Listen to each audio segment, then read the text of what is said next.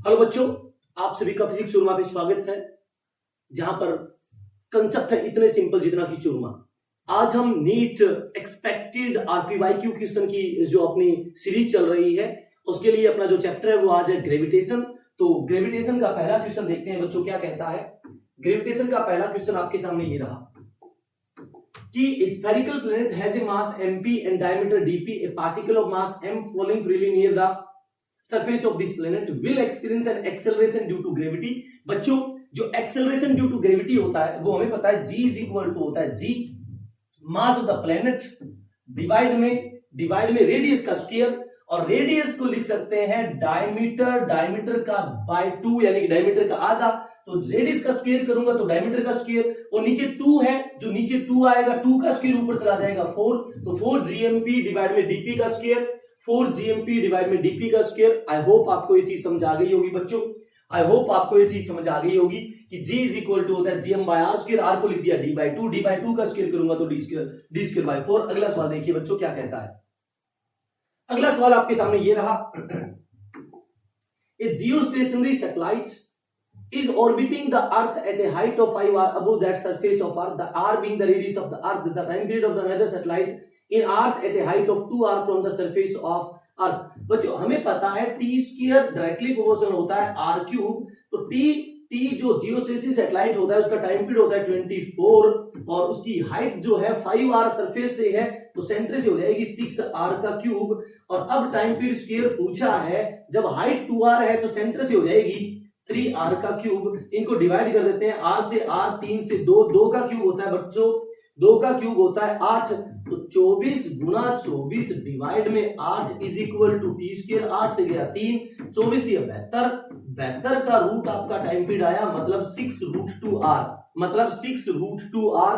बच्चों आपको ये चीज समझ आ गई होगी, मैंने यहां पर कुछ नहीं किया, T square directly proportional r cube जो फॉर्मूला होता है टाइम पीरियड का और डिस्टेंस का, रेडियस का, ऑर्बिट की रेडियस का, उसके बीच में जो रिलेशन है वही मैंने लगाया है।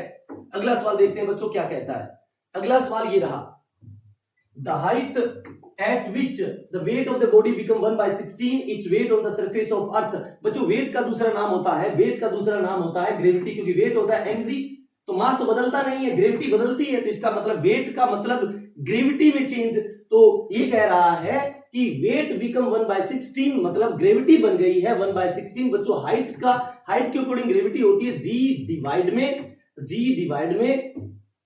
1 प्लस h बाय r का स्क्वायर, और ये हो गया अर्थ सरफेस की 1/16, तो g डिवाइड में 1 प्लस h बाय r का स्क्वायर। g से g कैंसिल, बच्चों ये चीज उस साइड जाएगी, ये चीज इस साइड जाएगी, तो रूट करोगे तो 16 का रूट 4 और इसका रूट करोगे तो 1 plus h by r।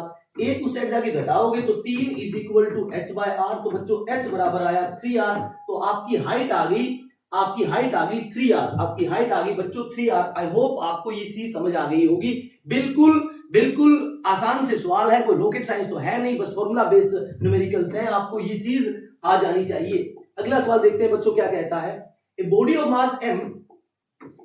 mass m taken from the earth surface to the height equal to twice the radius of earth, the change in potential energy of body will be। बच्चों आपको पता है अर्थ के surface के ऊपर जो potential energy होती है वो होती है माइनस का gmm बाय r, जिसको आप लिख सकते हो माइनस का mgr, क्योंकि r से मल्टीप्लाई कर दिया, r से डिवाइड कर दिया। यदि मैं इसको अर्थ के सरफेस से r डिस्टेंस की, ये क्या कह रहा है, surface to the height equal to twice of the radius, मतलब 2r की हाइट पे ले जाऊंगा तो अर्थ के सेंटर से इसकी जो पोजीशन है वो 3r हो जाएगी, तो ये आपका 3r हो जाएगी। तो यहां पर जो आपका पोटेंशियल एनर्जी बनेगा, पोटेंशियल एनर्जी होता है माइनस का gmm डिवाइड में जो सेंटर से लेकर पोजीशन है वो कितनी है बच्चों 3r है, तो r से मल्टीप्लाई कर दूं, r से डिवाइड कर दूं तो ये आएगा माइनस का mgr बाय 3 बच्चों।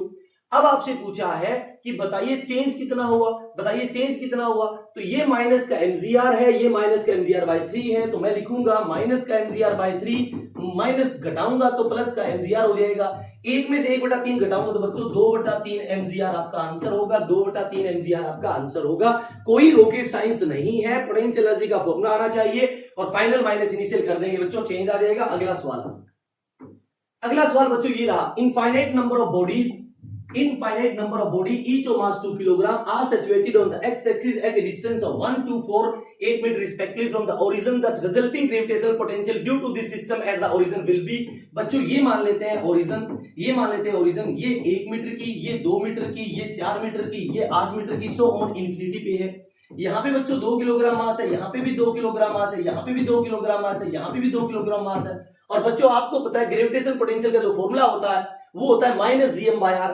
तो माइनस जीएम बच्चों 2 है और इसकी आर है 1, इसका भी माइनस जीएम डिवाइड में आर है बच्चों 2, माइनस का जीएम 2 है, आर है बच्चों 4, माइनस का जीएम 2 है डिवाइड में 800 ओम.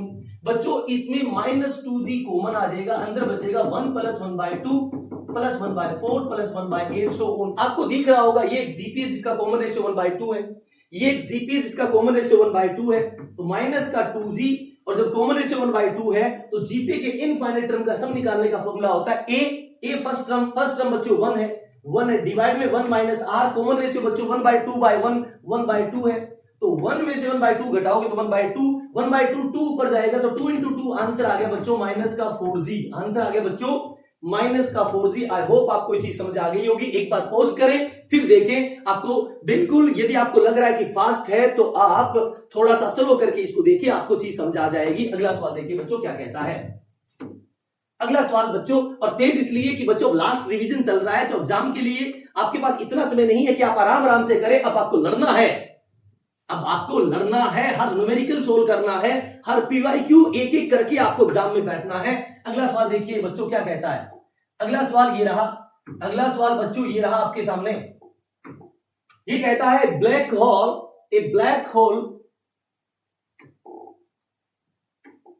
बच्चों ये रहा आपके सामने सवाल. ये कहता है black hole is an object whose gravitational field is so strong that even light can not escape from it. ये कहता है कि लाइट भी एस्केप ना हो पाए. इसका मतलब जो एस्केप स्पीड है वो स्पीड ऑफ लाइट के बराबर होगी 3 × 10⁸ एस्केप स्पीड. और आपको पता है एस्केप स्पीड का फॉर्मूला होता है √2gm/r. तो मुझे ये पूछ रहा है कि बताइए रेडियस को कितना कर दिया जाए कि वहां पे लाइट भी एस्केप ना कर पाए. तो दोनों तरफ स्क्वायर करूंगा तो 9 × 10⁻16 = 2g होता है 6.6 × 10⁻11. मास होता है 6, वो दे रखा है 6 × 10⁻24 और डिवाइड में बच्चों आपसे r चाहिए. तो r बराबर आ गया बच्चों 6 × 2 12 और ये लगभग बन रहा है 12 × 6 = 72 80 बन रहा है. और 10⁻11 और 10⁻24 तो 10⁻13 बन रहा है डिवाइड में 9 × में 10⁻16 बच्चों. तो बच्चों ये 10⁻13 है, ये 10 ये 80 हो गया 13 ठीक है. नीचे 16 है 13 और 1 14 और 10⁻16 है तो ऊपर हो गया 10⁻−2 और 8/9 लगभग 1 तो 10⁻−2 रेडियस होगी बच्चों 10⁻−2 बच्चों. ये देखो ये 80/9 है और ये 10⁻13 है 13 और 1 ये 14, नीचे 10⁻16 है तो ऊपर जाके -2 होगी और 8/9 लगभग 1 है तो आपका आंसर आ गया 10⁻2 मीटर 10⁻2 मीटर. अगला सवाल देखिए बच्चों क्या कहता है. अगला सवाल ये रहा आपके सामने कि dependency of intensity of gravitational field of earth with distance r from the centre of is correctly represented. बच्चों आपको पता है जो I होता है वो होता है -gm/r², और हमें पता है अर्थ एक सॉलिड स्फीयर है और सॉलिड स्फीयर के अंदर जो I होता है वो होता है -gmr डिवाइड में r³. -gmr डिवाइड में r³. एक तो नेगेटिव है और एक नेगेटिव है r के डायरेक्टली प्रोपोर्शनल है. तो नेगेटिव में r के डायरेक्टली प्रोपोर्शनल है तो नेगेटिव में r के डायरेक्टली प्रोपोर्शनल तो ग्राफ स्ट्रेट लाइन यही होगा ना बच्चों. और बाहर आपको पता है इनवर्सली प्रोपोर्शनल होता है तो फिर हाइपरबोला बन जाएगा. तो first is the right answer. I hope आपको ये चीज समझ आ गई होगी. ग्रेविटेशनल इंटेंसिटी बच्चों नेगेटिव होता है क्योंकि यहाँ पे जो फोर्स है इंटेंसिटी यूनिट मास पे लगने वाला फोर्स है. फोर्स बच्चों अट्रैक्टिव फोर्स नेगेटिव होता है. अट्रैक्टिव फोर्स बच्चों नेगेटिव होता है. अगला सवाल देखिए बच्चों ये रहा आपके सामने. A satellite S is moving in an elliptical orbit around the earth. The mass of the satellite is very small compared to the mass of the earth. Then the acceleration of S always towards the centre of earth. बच्चों आपको पता है यदि कोई path पे किसी path पे घूम रहा है, यदि रोटेशन कर रहा है तो उसका नेट फोर्स होगा वो सेंटर की तरफ होगा, और फोर्स बराबर होता है मास इनटू एक्सेलरेशन। तो सीधी सीधी बात है उसका acceleration toward the centre of earth होगा, उसका acceleration toward the centre of earth होगा। एक बार आगे वाली सारी चीजें देख लें, एक बार आगे वाली सारी चीजें देख लें। आपको पता है इलिप्टिकल पाथ के ऊपर वेलोसिटी बदलती है, वेलोसिटी बदलती है तो काइनेटिक एनर्जी बदलेगी, वेलोसिटी बदलती है तो बच्चों काइनेटिक एनर्जी बदलेगी, काइनेटिक एनर्जी बदलेगी तो बच्चों लीनियर मोमेंटम आपका सेम नहीं रह सकता, बदलेगा। और आपको पता है टोटल एनर्जी तो फिक्स रहती है, तो ये कह रहा है टोटल एनर्जी टाइम पीरियड के साथ बदल रही है, तो ये भी गलत हो गया, ये भी गलत हो गया। ये कह रहा है कि एंगुलर मोमेंटम की डायरेक्शन बदलेगी। बच्चों एंगुलर मोमेंटम किसी भी एक रोटेशन के अंदर एंगुलर मोमेंटम की डायरेक्शन नहीं बदल सकती, इसलिए first is the right answer. इसलिए बच्चों first is the right answer. अगला सवाल देखते हैं बच्चों क्या कहता है। अगला सवाल ये रहा, a remote sensing satellite, a remote sensing satellite of earth revolve in a circular orbit at a height of this, ये जो हाइट है ना बच्चों, ये जो हाइट है ये दे रखा है 0.25 गुना 10 की पावर 6, और इसका किलोमीटर बनाऊंगा तो मैं 1000 से डिवाइड करूंगा तो ये आएगा 250 किलोमीटर। और 250 किलोमीटर का मतलब है अर्थ सरफेस के नजदीक, अर्थ सरफेस के नजदीक। और अर्थ सरफेस के नजदीक बच्चों ऑर्बिटल स्पीड होती है root GM by R. Root GM by R का मतलब है वी स्केप का 1/√2, और वी स्केप होता है 11.2, डिवाइड में √2 करोगे तो बच्चों ये लगभग आएगा 8 किलोमीटर पर सेकंड, यानी कि 7.76 किलोमीटर पर सेकंड। अर्थ सरफेस के नजदीक ऑर्बिटल स्पीड 8 किलोमीटर पर सेकंड होती है। बच्चों ये चीज आपको ध्यान रखनी है। अगला सवाल जो केप्लर्स थर्ड लॉ है state that the scale of the period of revolution t of the planet around the sun is proportional to third power of the average distance, मतलब t स्क्वायर डायरेक्टली प्रोपोर्शनल बच्चों r cube, t square directly proportional बच्चों r cube. हमें पता है speed time period होता है एक चक्कर का डिस्टेंस डिवाइड में स्पीड, तो ऑर्बिटल स्पीड होती है बच्चों, ऑर्बिटल स्पीड होती है अभी मैंने बताया रूट जीएम डिवाइड में r ऊपर जाएगा रूट में तो r की पावर 1/2, तो ये आएगा t is equal to 2 pi divide में रूट जीएम, आर की पावर 1 और आर की पावर 1/2 बच्चों हो गई आर की पावर 3/2। इसको जब आप स्क्वायर करोगे तो ये आएगा T square 4 pi square divide में जीएम इनटू में आर क्यूब। इसका मतलब है, और ये कह रहा है T square is equal to K R cube है, मतलब दिस इज द के। तो 4 पाई स्क्वायर डिवाइड में जीएम को बच्चों के पुट कर दो और इसको रिलेशन करोगे तो K GM is equal to 4 pi square, K GM is equal to 4 pi square, यानी कि third is the right answer. I hope आपको ये चीज समझ आ गई होगी। अगला सवाल देखते हैं बच्चों क्या कहता है। अगला सवाल ये रहा, at what height from the surface of earth, at what height from the surface of earth the gravitational potential. बच्चों पोटेंशियल का फॉर्मूला होता है माइनस जीएम डिवाइड में, और यदि हाइट है तो इसको लिख दूंगा मैं r plus H is equal to minus का 5.4 गुना 10 की power 7, and the value of gravity. बच्चों ग्रेविटी होता है माइनस का जीएम डिवाइड में r प्लस एच का स्क्वायर इज इक्वल टू दे रखा है बच्चों, इज इक्वल टू दे रखा है बच्चों 6। इन दोनों को मैं डिवाइड करूं तो जीएम से जीएम गया, माइनस से माइनस गया, आर प्लस एच से आर प्लस एच गया, ये आर प्लस एच ऊपर चला जाएगा तो R plus H is equal to ये चला गया 6 में 54.9 पे 0.9 पर, तो इसको मैं किलोमीटर बनाऊंगा तो ये आएगा बच्चों 9000 किलोमीटर। और एच पूछा है तो 9000 में से आर आपका 6400 है, 6400 घटाऊंगा तो बचेगा 2600 किलोमीटर। 2600 किलोमीटर के ऊपर पोटेंशियल और ग्रेविटी बच्चों इतनी होती है। अगला सवाल देखिए क्या कहता है।